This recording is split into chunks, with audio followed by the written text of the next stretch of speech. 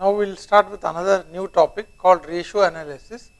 So for that purpose, let us go back a little as to what we did in respect of accounting concepts. So there we found out that based on the different steps followed in accounting, we arrive at the profit and loss and the balance sheet of the company. Ultimately, the main purpose of preparing the profit and loss and balance sheet of the company is to find out how the entity has performed and how the users of the financial statement can make informed judgments about whatever they want to do with the entity. For that, the financial statements need to be put in another fashion so that they become amenable for decision making. So ratio analysis is one such tool wherein certain ratios can be worked out, and based on the ratios, the users of the financial statement can arrive at certain conclusions. So let us try to find out what is the meaning of ratio analysis, how it can be used, what are the different ratios which can be analyzed, and what are the most important ones, what are the limitations of using ratio analysis, and what needs to be done while using ratio analysis. So as we have seen, the primary goal of the financial managers is to maximize the stock value. That is what we call the wealth maximization goal of the entity. So all the management is geared to achieving this objective. So if this has to be done, if the objective is to maximize the firm's value, then it must obviously take advantage of the strengths of the entity and also try to correct whatever weaknesses the entity has.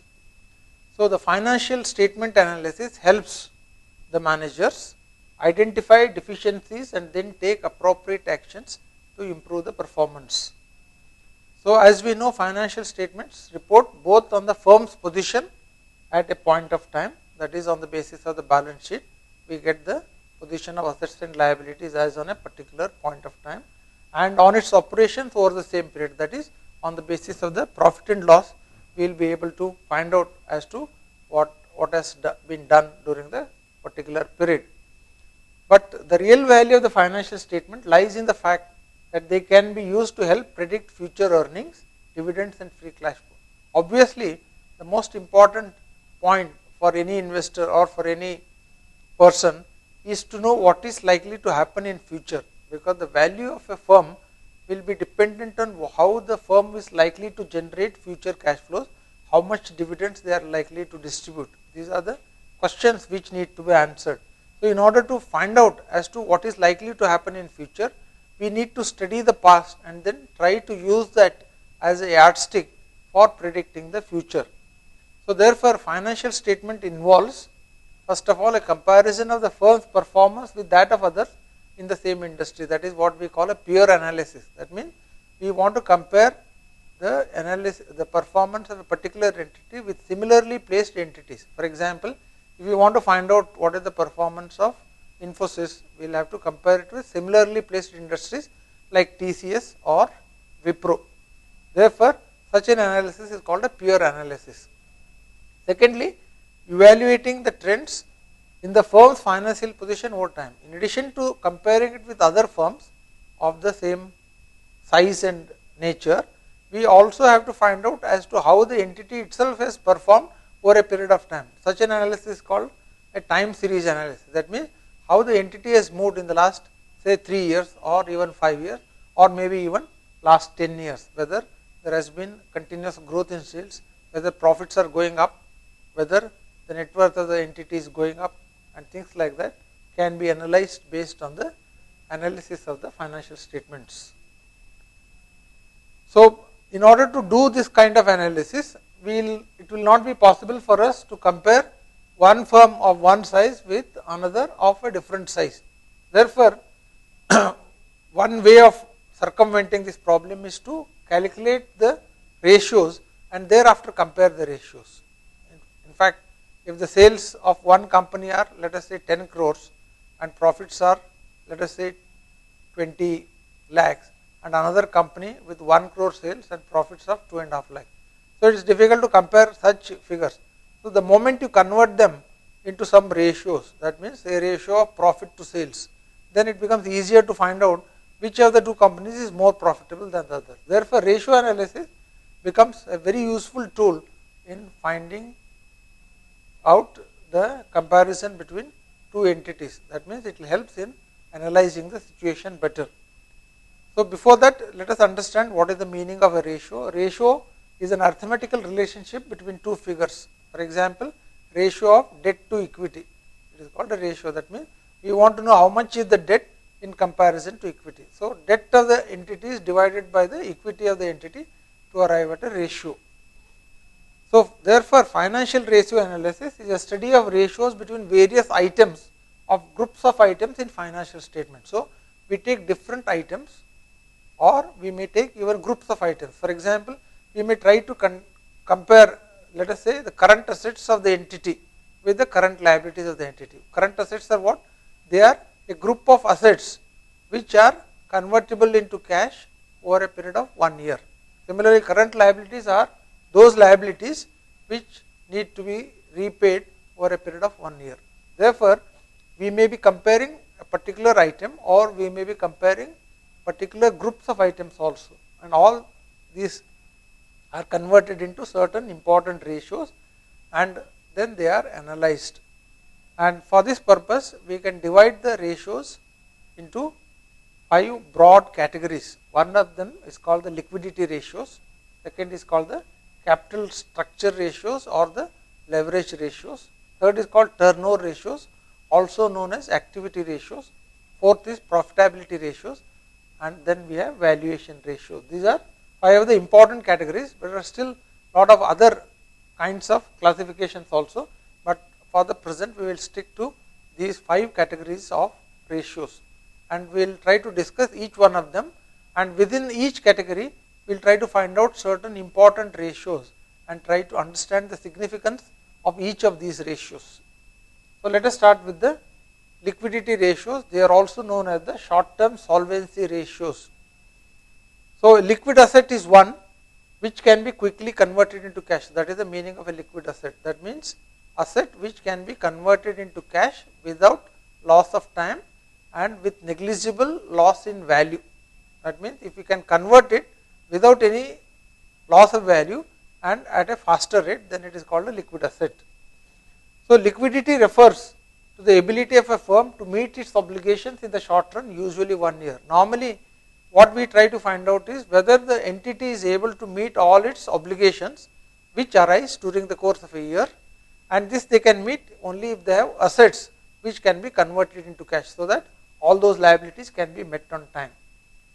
So, the 2 important liquidity ratios normally we discuss are, one is called the current ratio, the other is called the acid test ratio, also called the quick ratio. So, current ratio is a ratio of current assets to current liabilities. So, it can be defined as current ratio is equal to current assets divided by current liabilities. So, for that purpose we have to understand the meaning of current assets and what are included among the current assets. Current assets are those assets which are convertible into cash within a period of 1 year usually, and therefore, they include assets such as cash, bank balances, marketable securities, debtors also known as receivables, then inventories also known as stocks, and then loans and advances, and then prepaid expenses. All these are assets which get converted into cash over a period of 1 year, and current liabilities include items such as sundry creditors or the credit given by the suppliers of goods to the entity, loans from banks, financial institutions and others which are due within a period of 12 months, and certain other current liabilities and provisions. For example, provision for bad debts, provision for taxation, etc. are also included as current liabilities. Normally, current liabilities are defined as those liabilities which are required to be met by the entity within a period of 1 year normally. So, when we have a current ratio which is given by current assets by current liability, if the current assets are greater than current liability, what does it signify? What it signifies is that our assets are higher than the liabilities. So, even if we are not able to recover a part of the current assets, still we will be able to meet the current liabilities on time. So, the higher the current ratio, That means the higher is the quantity of current assets owned by the entity in relation to its current liabilities. Therefore, higher will be the liquidity position of the entity. So, an entity with a higher current ratio is said to be more liquid than an entity with a lower current ratio. Normally, in India, the norm is 1.33. That means current assets should be at least 1.33 times the current liabilities. But internationally, the accepted norm is 2:1. That means for every current liability, there should be twice the current assets. That means the total of current assets should be twice the total of the current liabilities. So, the higher the ratio, higher will be the liquidity position or the solvency position of the entity. So, therefore, when we do this analysis, we can compare the current ratio of the entity with the current ratio of similarly placed entities and try to find out as to how this entity is doing in terms of liquidity vis-a-vis similarly placed entities, or we can also try to find out as to how the current ratio of the entity has moved over a period of time. That means, for example, what was the current ratio 5 years back and what is the current ratio now? Has the liquidity position improved or has it worsened? Based on that, we can further analyze as to what are the reasons for improvement in liquidity or what are the reasons for worsening of the situation, and then the managers can take appropriate actions to rectify the deficiencies, if any. Now, coming to the second of the liquidity ratios, known as the asset-debt ratio, it is also called a quick ratio. So, this ratio is calculated by deducting inventories from current assets and then dividing the remainder by current liabilities. So, it is a slight variation of the current ratio. In this case, the numerator will be current assets minus inventories, unlike in the case of current ratio where the numerator is only current assets and the denominator is current liability. That means that remains the same. The basic objective here is to find out the more liquid assets among the current assets. So, though all current assets technically are likely to be converted into cash within a period of 1 year, within them some are more liquid, some are less liquid. So, traditionally they find that the inventories are the least liquid of a firm's current assets. So, it is easier to convert receivables into cash, it is easier to sell marketable securities and get cash, but then it is relatively difficult to convert inventories into cash. Therefore, they are considered the least liquid. Therefore, they try to find out what are the most liquid current assets. So, most liquid current assets, also known as quick assets, are given by current assets minus inventories. Therefore, a quick ratio is a quick assets divided by the current liabilities. So, this is normally supposed to be 1:1. That means you should have enough of quick assets to take care of all the current liabilities. So, even if the current assets such as inventories are not able to be converted into cash, then also the entity will be able to meet all its current liabilities on time if they have quick assets which are equal to the current liabilities. Therefore, a ratio of 1 or more is considered desirable in the case of an entity. And like in the case of a current ratio, here also the entity's quick ratio can be analyzed in relation to the quick ratios of similarly placed entities or with its own position years back. That means based on the past performance, how the quick ratio has moved from year to year. Now, we will take the second of the ratio groups called the long-term solvency ratios, also known as the leverage ratios, also known as the capital structure ratios.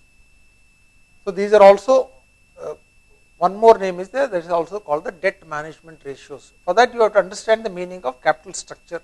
As you know, the capital structure basically relates to the liability side of the balance sheet. Liability side of the balance sheet consists of two important components. One is called the debt capital, the other is called the equity capital.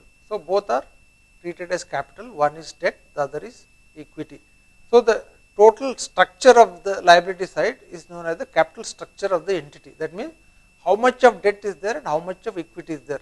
That structure determines to what extent the entity is liable to external pressures in terms of long-term solvency. Therefore, this is a very important ratio which is normally analyzed by different users of the financial statement, such as basically the lenders of the entity or even the investors, if they want to take care of the risk of their investment in a particular entity.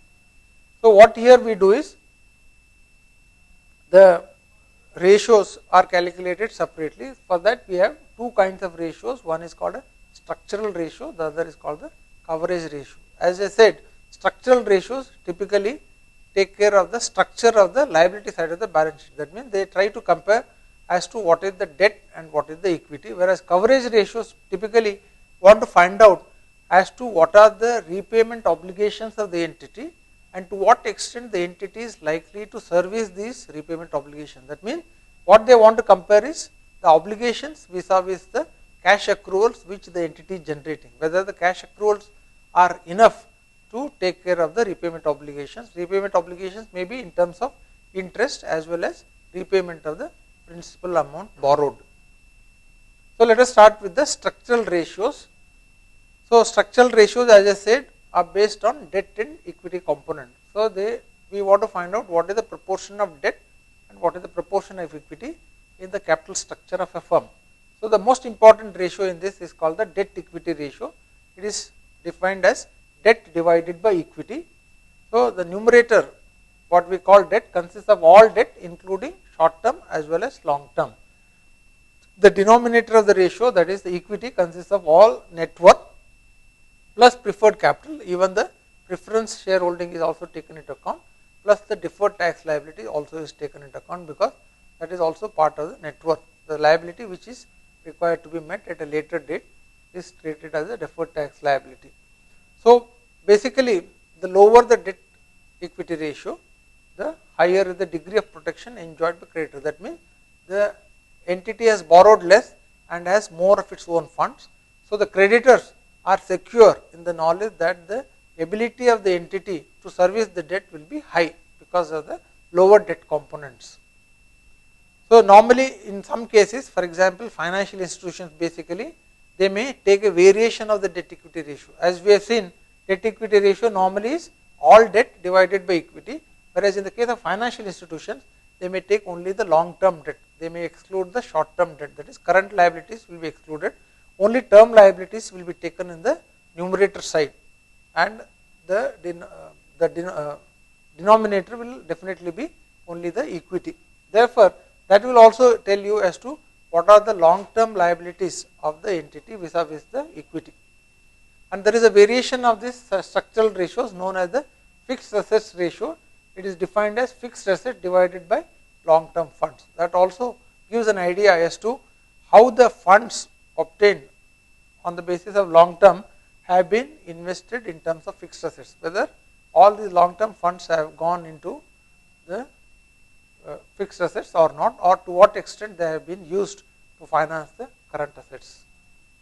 Now, we will come to the coverage ratios. As I said, coverage ratio shows the relationship between debt servicing commitments and the sources for meeting these commitments. That means, what are the repayment obligations of the entity and what are the cash flows of the entity for meeting those obligations.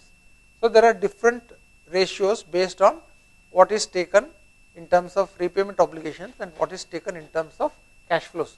So, one is called the interest coverage ratio, second is called the fixed charges coverage ratio, third is called the debt service coverage ratio, fourth is called the preference dividend coverage ratio. So, let us discuss each one of them in short. The first one is the interest coverage ratio. So, basically here we want to know to what extent interest can be serviced by the entity. That means, what is the number of times the interest which the entity is earning in terms of cash flows. That means, what is the cash flow in relation to the interest obligations of the entity. It is also known as the times interest earned ratio. That means, what is the number of times of the interest which the entity is earning in terms of its earnings. So, it is determined by dividing the earnings before interest and taxes by the interest charges. So, the ratio is given by EBIT, also known as earnings before interest and taxes divided by interest charges. So, EBIT relates to the ability of the firm to pay interest, as it is not affected by the tax payout, because interest has to be paid. Interest is a tax deductible expense. Therefore, we only take interest before taxes and interest, earnings before interest and taxes. That is the way to compute this ratio. A higher interest coverage ratio means the numerator is higher, that means EBIT is higher. That means the firm can easily meet the interest burden even if there is some change in the earnings on account of certain factors beyond the control of the entity. Therefore, this ratio is widely used by the lenders such as banks and financial institutions to assess a firm's debt capacity. That means the higher the ratio, more is the comfort level of the lenders. Next is the preference dividend coverage ratio. Normally, preference shareholders also would like to know as to what is the relationship of the profit after tax, that means out of which preference dividend is required to be paid, and what is the liability on account of preference dividends. That means higher this ratio, again higher is the comfort level for the preference shareholders. So, this ratio is calculated by dividing PAT, that is profit after tax, by the preference dividend liability. Why we are taking PAT here is because preference dividends can be paid only out of profits after tax, because it is not a tax deductible expense. It has to be met after taxes have been paid. Therefore, it is given by PAT divided by preference dividend liability. And the next one is called the fixed charges coverage ratio. So, here instead of taking only the interest, we would like to find out all such repayment including principal repayment, and we will be taking all cash flows which the entity is generating. Therefore, fixed charges coverage ratio is defined as EBIT plus depreciation, because depreciation is only a book entry, there is no cash outgo. So, that gives the total cash accruals the entity has earned, which is divided by interest plus repayment of loan into 1 upon 1 minus T. That is also given by another formula known as EBITDA divided by interest plus R divided by 1 minus T, where EBITDA represents interest before earnings before interest, taxes, depreciation and amortization. So, instead of adding depreciation, we only take the EBITDA figure, that means earnings before even depreciation has been provided. So, this is now also therefore known as the EBITDA coverage ratio. So, this is also another important ratio which is normally analyzed to find out the ability of the entity to service its repayment obligations. And fourth one, which is normally used by most of the banks and financial institutions, is called the debt service coverage ratio. This ratio, as I said, is used by all the financial institutions and banks in India to assess the debt servicing capabilities of the borrowers. It is defined as profit after tax plus depreciation plus other non-cash charges plus interest on term loans plus lease rentals. All these are added back because we are taking all these as repayment obligations. So, they want to find out earnings before meeting all these repayment obligations, and entire thing is divided by all the repayment obligations such as interest payments on term loans, then lease rentals which are to be paid to the lessors, and the repayment of the term loan, that is the principal portion of the term loan which has to be repaid. So, the denominator represents the entire repayment obligations of the entity, and the numerator represents all the cash flows which the entity has acquired, which can be used to service these repayment obligations. The higher the ratio, obviously, the higher is the comfort level of the entity in servicing the repayment obligations. Normally, a ratio of 1.5 to 2 is considered satisfactory by most of the financial institutions. Therefore, they depend to a great extent on the debt service coverage ratio in order to decide whether the entity can be given further loans or not. Now, we will go to another important ratio known as the turnover ratios. As the name suggests, it is the turnover which the entity is undertaking in terms of the turnover of the assets, in terms of turnover of the raw materials, or in terms of turnover of the receivables, etc. These are also known as asset management ratios or activity ratios. So, this gives us an idea as to how efficiently the entity is using the assets employed by it. That means, if you know how the inventory is being turned over, that means how fast it is being converted into cash, how fast the receivables are being turned over. That means that gives you an idea of the efficiency of the debt collection process of the entity. Similarly, a creditors turnover ratio will give you an idea as to how the creditors are being met and how fast the credit is being turned over. So, the important turnover ratios are, one is called the inventory turnover ratio, second is the average collection period or day sales outstanding, third is called the receivables turnover ratio, fourth is called the fixed assets turnover ratio, fifth is the total assets turnover ratio, also known as the capital turnover ratio. Then we have creditors turnover ratio and the average payment period. So, each of them has got certain importance, and some of them are important in certain industries, some are important in some other industries. Depending on the nature of the industry, we have to place different emphasis on different entities. For example, an entity which is traditionally required to give lot of credit to its buyers has to be more concerned about the receivables turnover ratio, or an entity which has got a large inventory on its books is required to have emphasis on the inventory turnover ratio. So, depending on the nature of the entity, the importance of these ratios can be changed. That means you need to look at only those important ratios. So, let us now discuss each of these ratios. Inventory turnover ratio is defined as the cost of goods sold divided by the average inventory, that is cost of sales divided by average stock. So, this is how inventory turnover ratio is defined. This ratio reflects the efficiency of inventory management. So, what is the efficiency with which inventory is being managed by the entity? The higher the ratio, the more efficient is the management of inventory.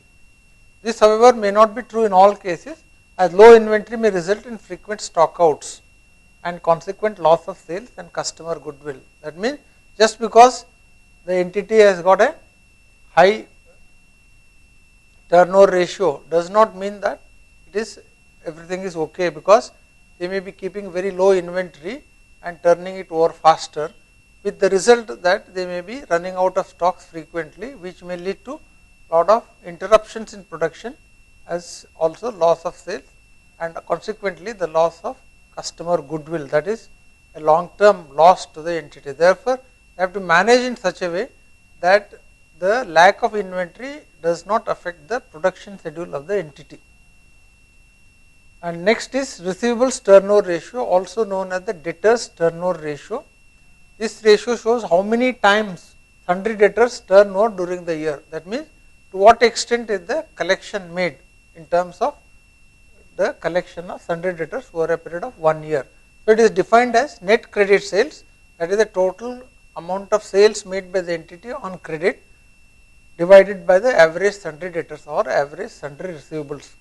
The higher the ratio, the greater the efficiency of credit management.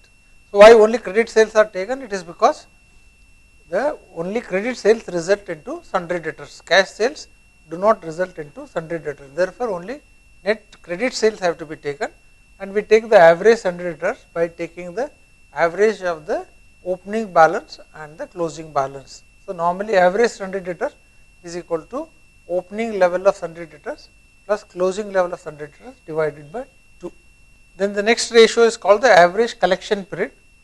This represents the number of days worth of credit sales that is locked up in sundry debtors. It is defined as average sundry debtors divided by average daily credit sales. Actually, this is a different version of the same receivables turnover ratio. Here, we are taking the average sundry debtors on the numerator side and dividing it by the average daily credit sales. That means, what is the level of sundry debtors in terms of days average credit sales? For example, if the ratio is 20 days, that means on an average 20 days worth of credit sales are outstanding in the form of sundry debtors. So, obviously, the higher the ratio, it means that the credit terms are either very liberal or the collection machinery is not efficient. That means, they have not been able to collect it. For example, normally such a ratio is average collection period is compared with the normal credit period offered. For example, if the credit period offered is 30 days and if the average collection period is 40 days, what it means is that though the credit offered by the entity is only 30 days, the collections are slow, collections are not efficient, and the actual credit period enjoyed by the debtors is 40 days. Therefore, a higher ratio or a higher collection period always ensures one of the two things, either the credit being offered is no relation to the policy made by the entity, or that though the credit offered is lesser, the collection machinery is not efficient, they have not been able to connect. Or it could be also conservation on the part of the management in not giving credit at the time of sale, but allowing them to take more time for payment. So, this also needs to be rectified depending on what is the situation in the entity. Then we come to the fixed assets turnover. This ratio measures how effectively the firm uses its plant and equipment. That means how the fixed assets of the entity are being used in relation to the sales. So, this is defined as net sales divided by the average net fixed assets. To what extent is the level of sales in comparison to the fixed assets of the entity. Normally, this ratio also can be compared for useful analysis only with the similar ratio of similarly placed entities, because in case of capital intensive industries, normally this ratio is going to be very low, because the average level of fixed assets is very high, whereas this ratio will be very high in the case of those entities where the fixed assets account for a minuscule portion of the total asset side of the balance sheet. So, depending on what is the entity's nature of business, we have to take different view on the figure which we get in terms of the fixed assets turnover ratio. Then we have a total assets turnover ratio. It is nothing but taking all accounts. Individually, we had considered inventory turnover ratio, we had considered receivables turnover ratio, we had considered fixed assets turnover ratio. So, here this is a modification of the same thing. We take the average total assets and the net sales are divided by the average total assets. So, average total assets is given by the total assets the entity had at the beginning of the year plus the total assets at the end of the year divided by 2. So, that is how the average is taken. This will give an idea of the efficiency with which the total assets are employed by the entity in all. And then we have a creditors turnover ratio. This is given by the formula annual net credit purchase divided by the average sundry creditors. As we know, sundry creditors result on account of credit purchases made by the entity. It is therefore, all cash purchases are excluded, only credit purchases are taken, and that is divided by the average level of sundry creditors. That means, this gives an idea as to what is the level of credit the company's entity is able to enjoy in the market, whether this ratio is going up or down, which will indicate the extent to which the entity is able to get credit in the market. The average payment period again is a different version of the creditors turnover ratio, isn't it? Instead of trying to find out as to what is the general level of ratio, creditors turnover ratio, here we want to find out as to what is the period taken in repaying the sundry creditors. So, this is given by average sundry creditors divided by the average daily credit purchases.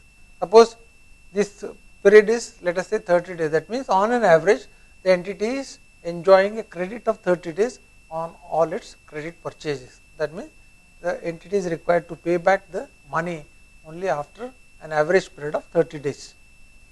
Now, we will come to the third most important segment of the ratios called the profitability ratios.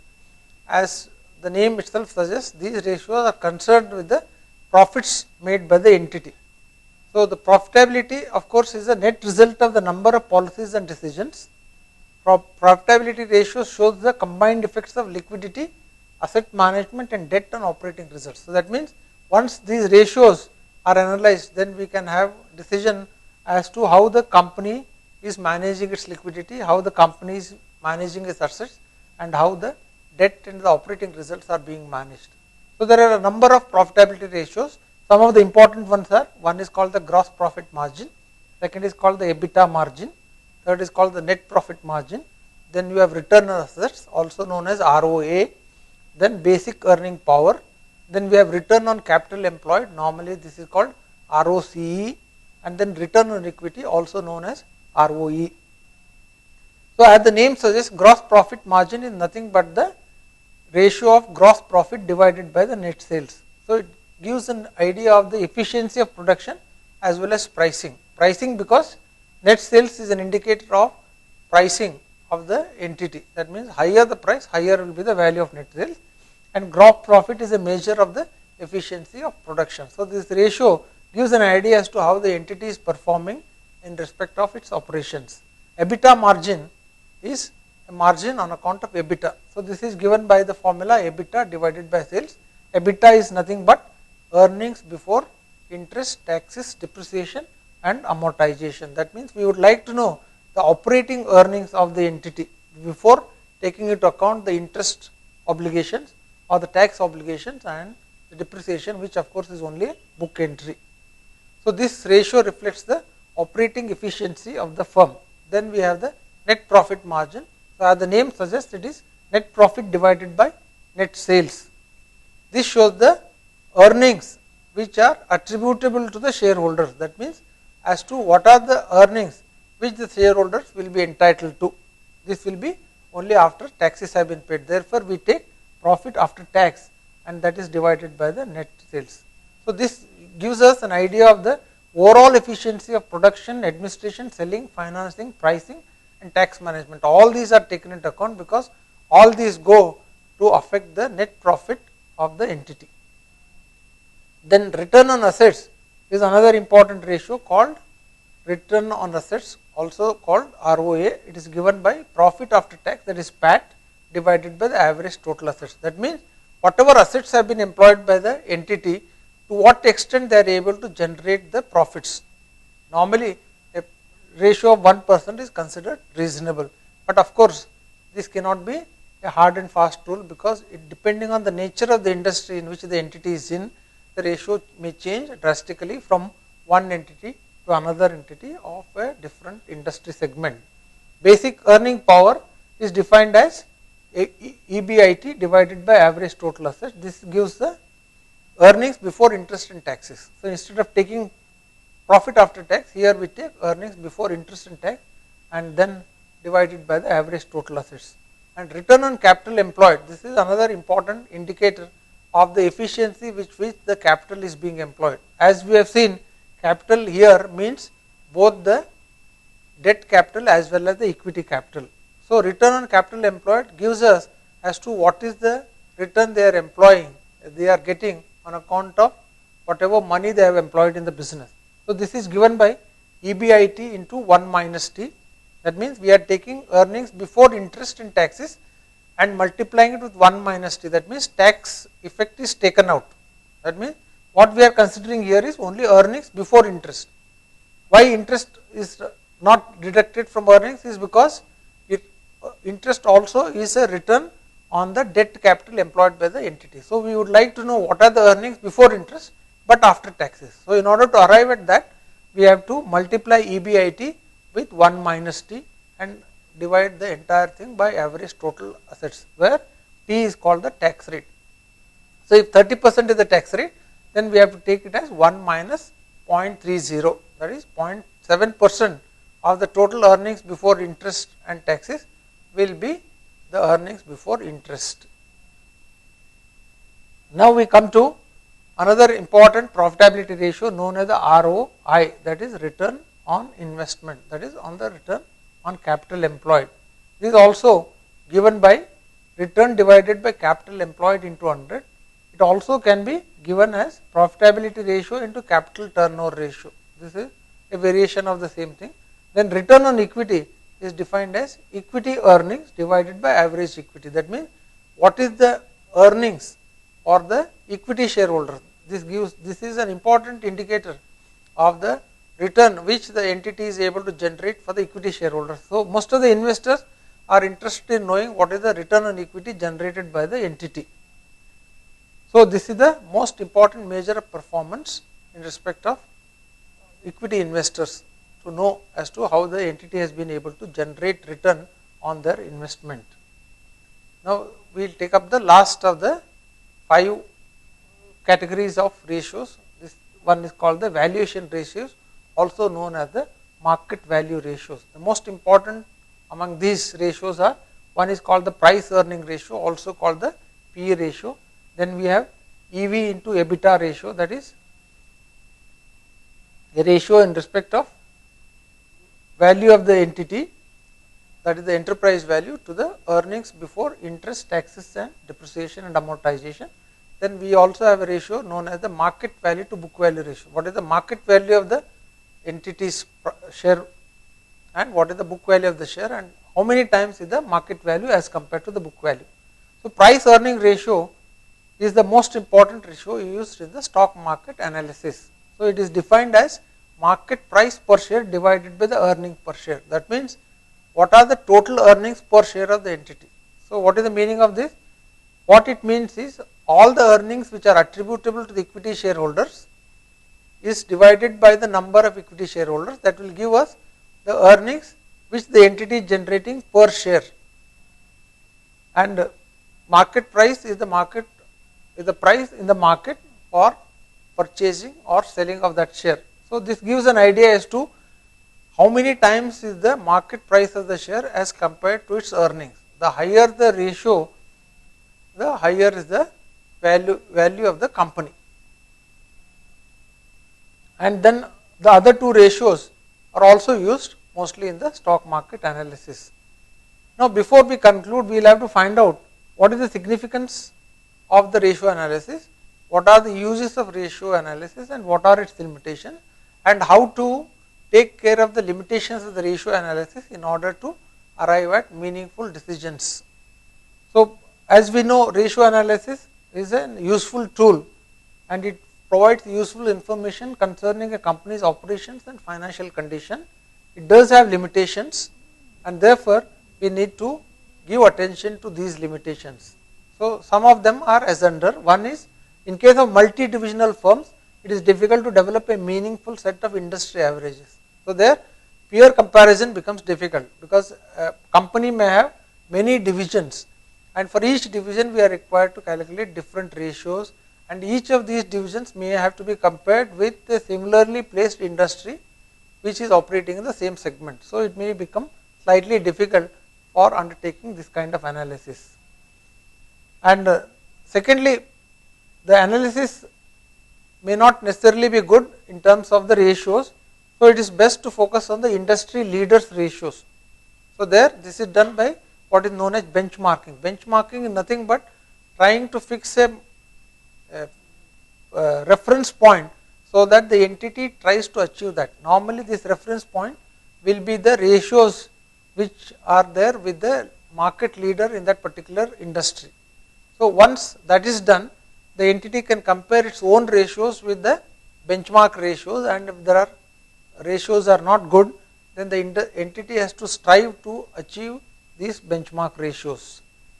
And one more limitation of the balance sheet analysis is inflation distorts the balance sheet figures. As we know, in the case of accounting, we account on the basis of historical cost, and therefore, the current price of the assets are not taken into account. So, this will distort the balance sheet figures. And one more thing is seasonal factors also may distort the ratio analysis. For example, if you are comparing the balance sheet, it will be as on a particular date which may not really reflect the average position of the balance sheet of that particular company.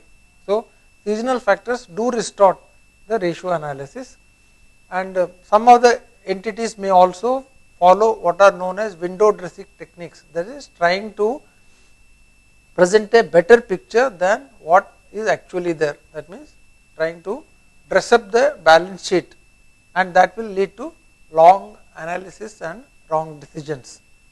And even different accounting practices, different accounting estimates employed by different entities also make the analysis difficult for the purpose of comparison of one set of ratios with another set of ratios. Therefore, it is very difficult to generalize whether a particular ratio is good or bad. So, everything has to be seen in the context of that particular entity, in the context of the industry in which that entity is working, and also in the context in which the entity is working, under what set of economic conditions it is working. So, all these need to be kept in mind when analyzing the balance sheet and profit and loss in terms of the ratio analysis.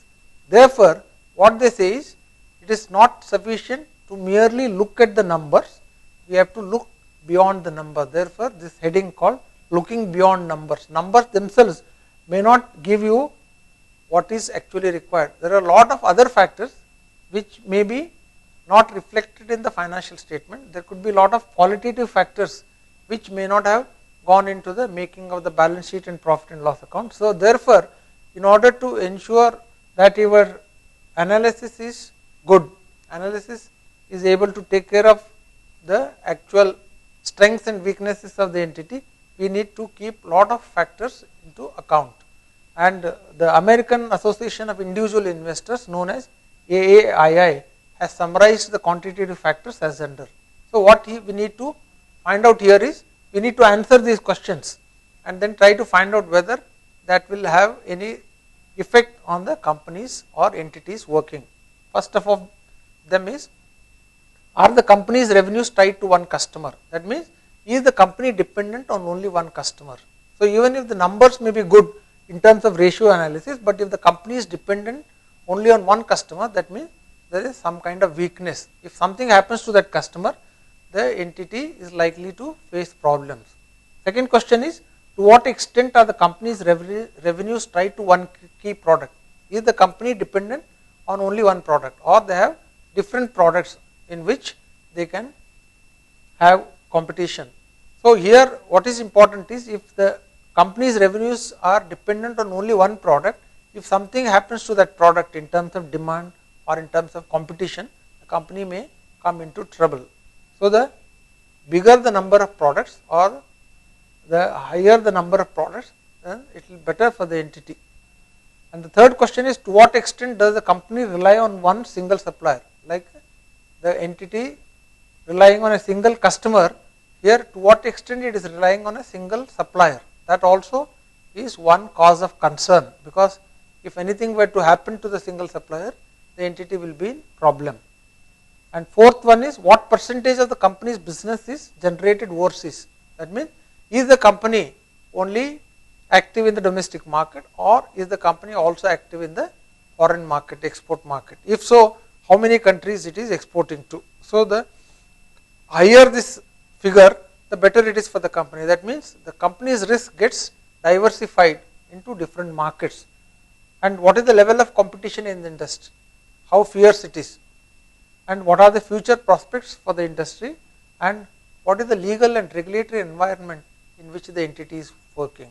If the legal and regulatory environment is restrictive in nature, that is one of the setbacks for the entity. If it is working in a better legal and regulatory environment, then the company can think of better prospects.